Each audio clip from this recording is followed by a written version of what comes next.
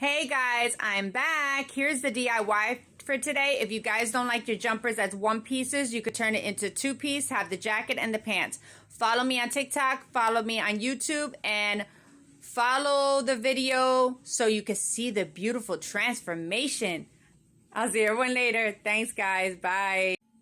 Alright guys, this is how the top came out. So now it's a two piece, it's not that whole jumper anymore. Now it's easy to access, to take off, to go to the bathroom and everything like that. You know what I mean? If you're hot, you could just take off the jacket and keep the pants on. See, that's what you guys could do with your old jumpers and everything like that. So, thank you for watching my videos. Follow YouTube and follow TikTok for a lot more DIY ideas. And here are the pants.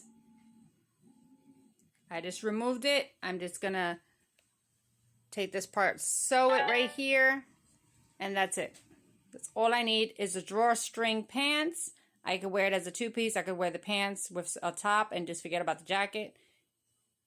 So that's what you guys can do. I'll see everyone later. Bye.